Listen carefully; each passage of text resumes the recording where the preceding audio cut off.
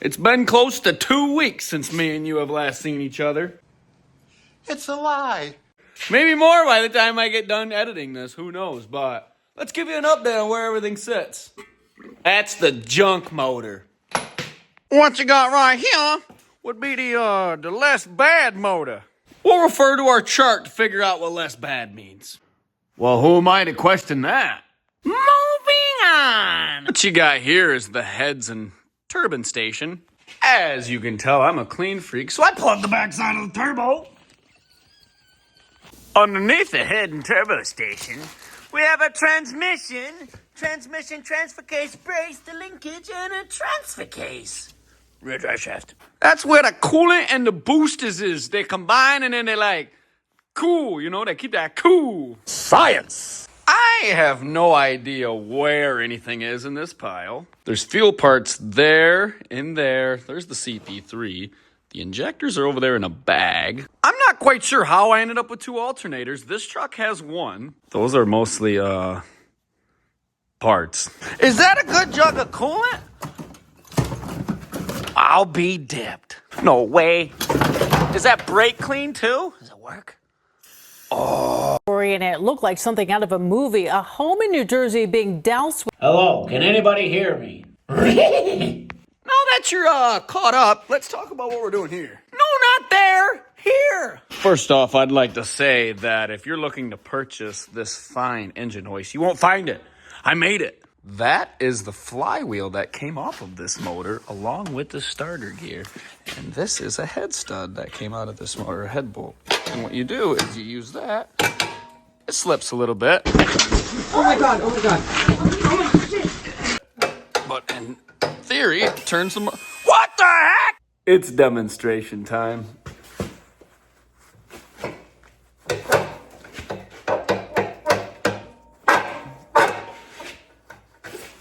Now that we made it past the piece à résistance, let's make it our way to this thing. Now this side here doesn't look all that bad. Are you crazy? Is that your problem? But I've already been cleaning it. That's a bucket of mineral spirits that get shot out of there siphon style through that air hose. And ideally you'd want to hooked up to that there air regulator. But somehow or another I managed to get the wrong connections between this hose and that hose. So off to the store we go. This is what it started out as. That is greasy. Oh, that's greasy. That's really fucking greasy. Yeah, it's greasy. Greasy. Boo, that drain tub is singing Salvation songs right now. You know, it's a good thing I put that folding napkin in there. We could have had something bad get inside. So basically what we're trying to do is degreaser, mineral spirits, degreaser, degreaser, mineral spirits, degreaser, degreaser, mineral spirits, degreaser, and so on and so forth until, well, it's clean. No. I don't even have to tell you what this stuff looks like. No, that can't be. That's not what it is. No, I'm afraid so. You see the peanut? Aiming for that can over there. So, when you go ahead and get back from your $28 trip to town with your hose and the right connector and a $9 parts cleaning brush, you decide that you're going to be efficient, or what some people would call lazy, and whittle the end of this down so you can stick it in a drill. Go real fast like. A new high-precision computer-controlled manufacturing technique called CNC machining has spawned. So now what you'll do is you'll take your recently modified tool, stick it in your drill here, let that tighten up. You've now got a new tool.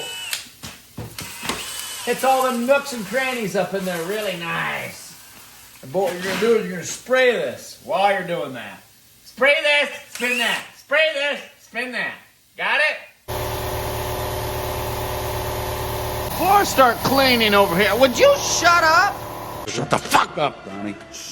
Before we get too far into cleaning over here, I'd like to show you exactly how dirty this is. That is filthy. I have to hold this air fitting together because it leaks quite badly. I love cheap hardware store parts. Anyways, let's get to cleaning. As I said, we're going to spray and drill, same time. Ah! We got things going sideways. What's happening? Why can't anything just go right? Okay, this will be tie number 3.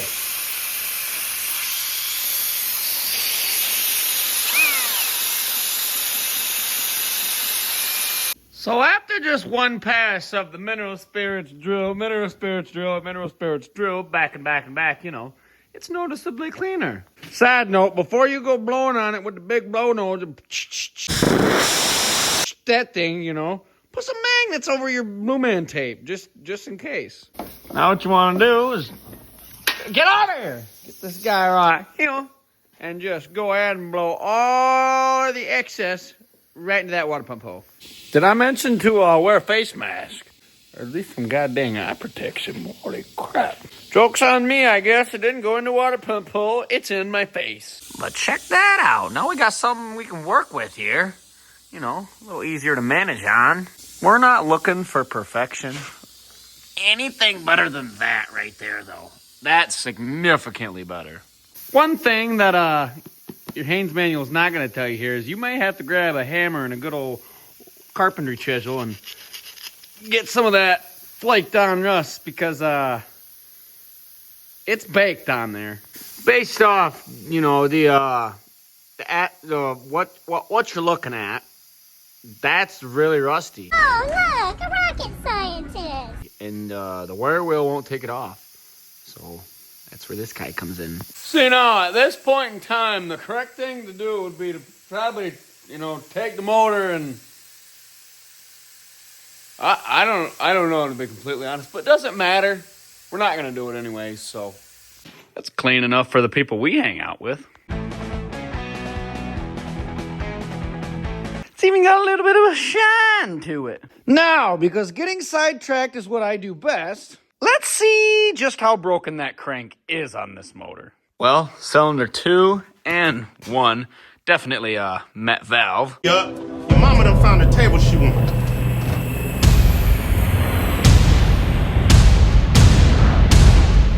Ooh, she met it pretty good, too. That's no good.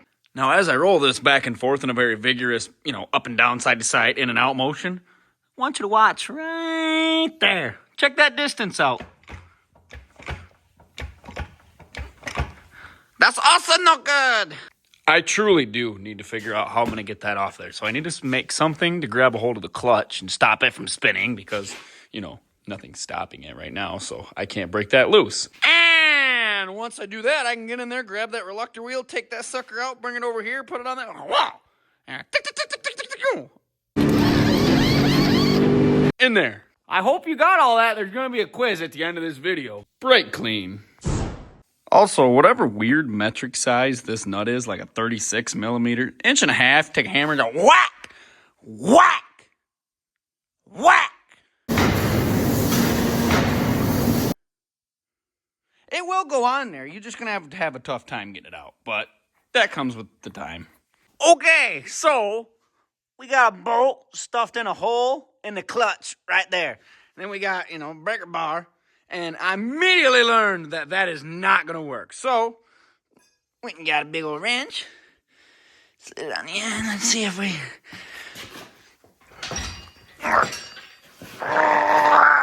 Oh, we got it. We got it. Now, all that's got to go. This thingy. Ooh. That thingy. And, you know, the rest of the thingies. All of them. Got to get thingied out. What? Do you know what he's talking about? Went ahead and got that there cover off. Also took that there nut off after we marked which gear it was going into. I got to figure out how to get this thingy off of here because that's thingy and the one in there are different because that's an LB7. This is an LBZ. There's one tooth difference, so I got to swap that guy out for that guy. Allegedly. A wise man once said that elevation is the key to success. That's awfully wobbly.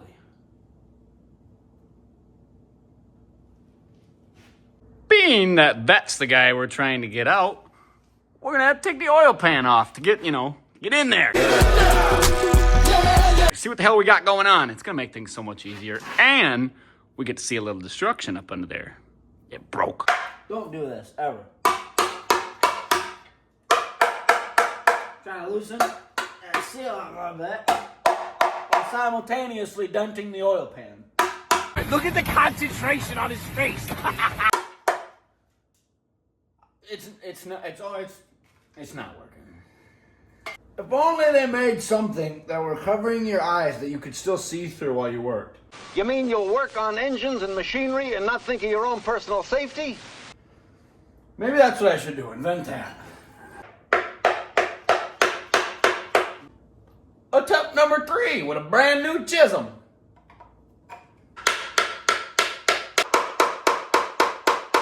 It's on there.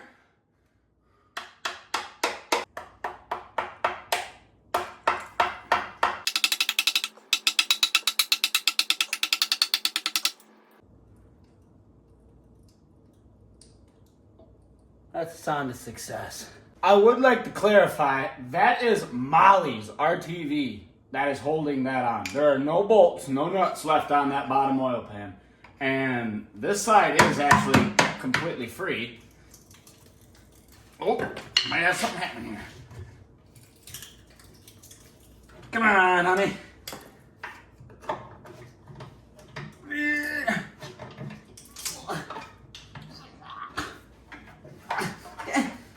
Come here! Ooh. Jeez Louise! Somebody put way too much RTV on that. I mean, nobody wants to admit to eat 9 cans of ravioli, but I did. I'm ashamed of myself. We're gonna go ahead and pull out this fancy South Bend double dip down triple quadruple donkey kick mule clip clutch. It's got 2 clutches or something. I don't know. It was expensive. Anyways, what you have to be qualified as to pull this out as a shortstop of a co-ed softball team. Ask me how I know. Anyways, when you take these 6 bolts out, you have to be ready because things come flying out. Let's see. They can give you a demonstration. Yeah, see? Well, actually, they're holding. I might have just lied to you for no reason. Oh, there's one. Ah! Hot crowd. There's half of the flywheel coming apart. See? You gotta catch these, alright? Ooh. Alright, so there's 2 things that you gotta keep in mind when you're about to take this dual massive flywheel or whatever the hell they call it off of here. And that is, it weighs about the same as a 96 Ford Aerostar, and you're on the ground. So, you're gonna hurt your back. Just lift with it and get it over with. Well, don't be stubborn now! I pinched my pinky. How come you didn't tell me I had stuff on my face? Anyways, we're back to where we were, getting to be. We gotta be close here.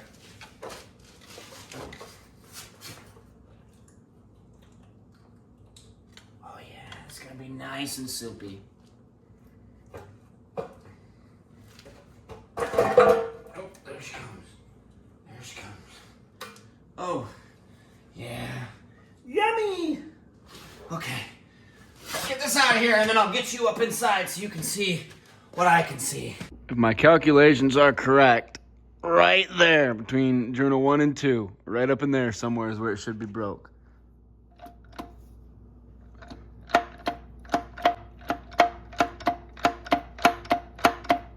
I don't know if you can see it, but you can hear it. Let's pull that chunk out. Go ahead and use a 1/2-inch impact, reduced down to a 3/8. I'm a bad boy. Bad boys, what you gonna do? With a 12.14 millimeter to break these rod caps, or the crank bearing caps loose. Thank you very much. Come again. It's been a long night. Okay, so we're back here again. I may or may not have forgot these 2 bolts, but oh, not that one. This one. We got them. We're good. It's okay. I got it. It'll be all right. For Pete's sake. Who is Pete? The word was out that Pete had something on Bill that was so embarrassing, his family might have to move to another state. It's always got to be Pete's sake.